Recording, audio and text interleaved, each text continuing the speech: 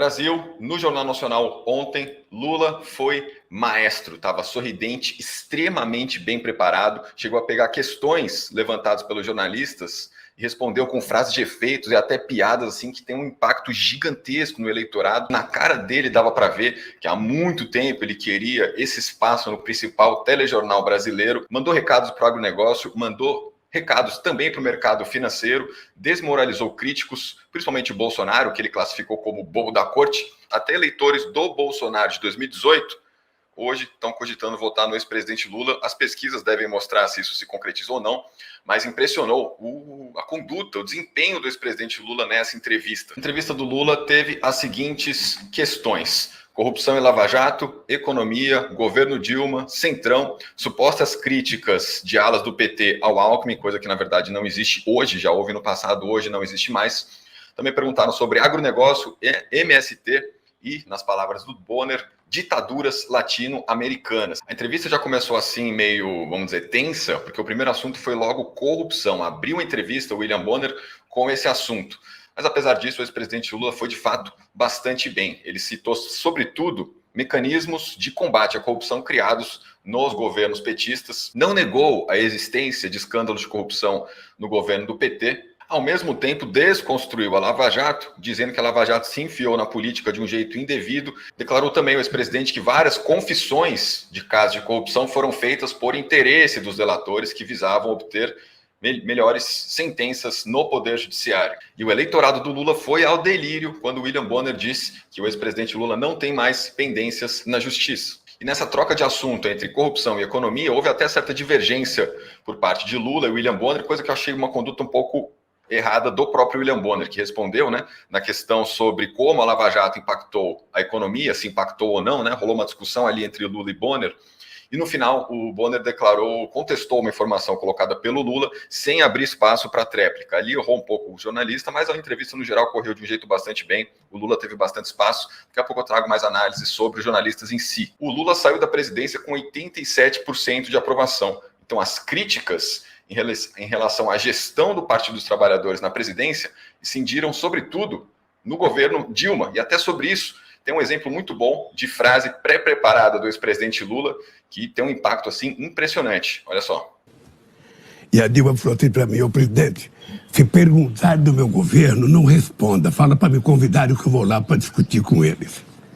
Nessa questão de economia, o Lula inclusive dividiu o que foi seu governo e o que foi o governo Dilma. Só falou bem do seu governo, inclusive com 87% de aprovação, ele pode fazer isso. E em relação ao governo Dilma, ele chegou a citar alguns erros do governo Dilma na questão da gasolina e das desonerações. Ele fala que vai fazer o que realizou em seu governo, meio que colocando o governo Dilma como uma página virada que não vai se repetir, o que serve de recado para o mercado financeiro, que tem muitas dúvidas, de acordo com as próprias palavras do William Bonner, sobre qual dos governos dos partidos trabalhadores serão vistos. Percebi também que o ex-presidente Lula fez questão de não interromper a Renata Vasconcelos. Teve um momento que o Lula quase falou assim por cima da Renata Vasconcelos, depois recuou, você vê que ele até se coloca assim mais na cadeira e respeita tudo que a Renata Vasconcelos disse. Inclusive falou, olhando nos olhos da Renata Vasconcelos, para ela cobrar ele no futuro, ou seja, colocando ali a Renata Vasconcelos como alguém que pode simpatizar com o seu governo. E o sapato vermelho da Renata Vasconcelos chamou a atenção nas redes sociais, o que não quer dizer, gente, que a entrevista foi pró-Lula, nem nada disso. O que houve aqui foi um grande desempenho do ex-presidente Lula, mas as perguntas em si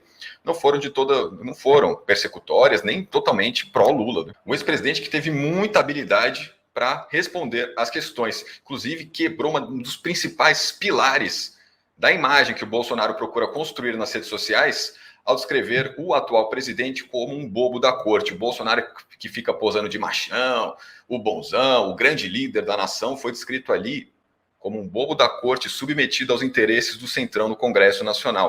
Quando falaram sobre agronegócio, houve certa discordância ali entre a Renata Vasconcelos e o ex-presidente Lula. A Renata Vasconcelos ficou sugerindo que o agronegócio não ataca o meio ambiente. O ex-presidente teve uma sacada assim, cara, maestra, porque colocou uma divisão entre pessoas do agronegócio, dizendo que uns estão preocupados com o meio ambiente, com a Amazônia, com os rios, enquanto outros estão apoiando o Bolsonaro com caráter fascista, apenas porque o atual presidente deu armas para ele, o que coloca assim um discurso de paz contra armas, fazendeiros preocupados com o meio ambiente e que querem a paz contra fascistas violentos que estão destruindo a nação e o meio ambiente do nosso país. Cara, isso aqui, na cabeça do eleitorado, tem um impacto gigantesco também. Muitos eleitores do Lula também criticaram Renata Vasconcelos porque ela estava ali justamente defendendo o agronegócio, e aí vale lembrar que a Globo prega o agro é pop, mas com essa saída maestral do ex-presidente Lula, a questão acabou saindo assim, de forma que empolgou o eleitorado do PT, inclusive porque o ex-presidente Lula aproveitou o espaço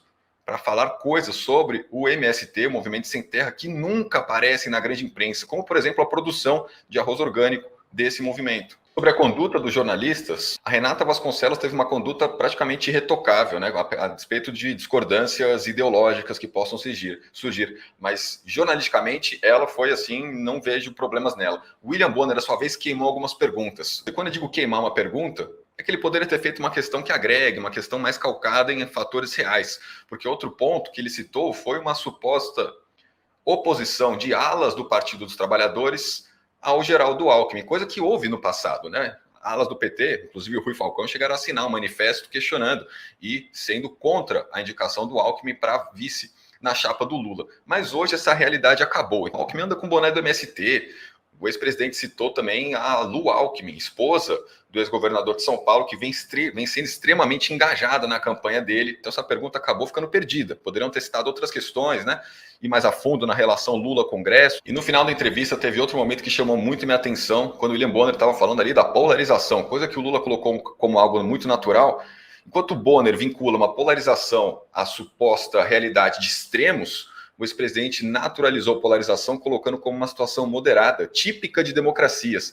E nesse sentido, o Lula citou o Partido Comunista Chinês e o cubano como exemplos de que não tem polarização. Ou seja, ele está dizendo que aqui no Brasil, essa polarização é sinal de democracia, enquanto na China e em Cuba, isso seria o sinal contrário. E coloca a cereja do bolo, desconstruindo todo o preconceito e todos os ataques dos bolsonaristas à figura, por exemplo, do Paulo Freire, quando ele, Lula, cita o pedagogo com uma frase exaltando democracia. O Lula nem chegou a citar a frase propriamente, mas só de colocar o Paulo Freire nesse contexto de democracia brasileira, meio que em oposição à China e Cuba, ele quebra, cara, ele quebra isso no meio e está falando para o eleitor, até que votou no Bolsonaro em 2018, o seguinte: o Paulo Freire não é isso que disseram para você. Disseram que eu apoio Cuba e apoio China, também mentiram para você. Eu repito, cara, isso convence até um eleitor que votou no Bolsonaro em 2018 e que é extremamente crítico do PT. Vale lembrar que não é à toa que o Lula está atrás desse perfil de voto. Ele tem um eleitorado extremamente fiel e sua dificuldade hoje é conquistar votos alheios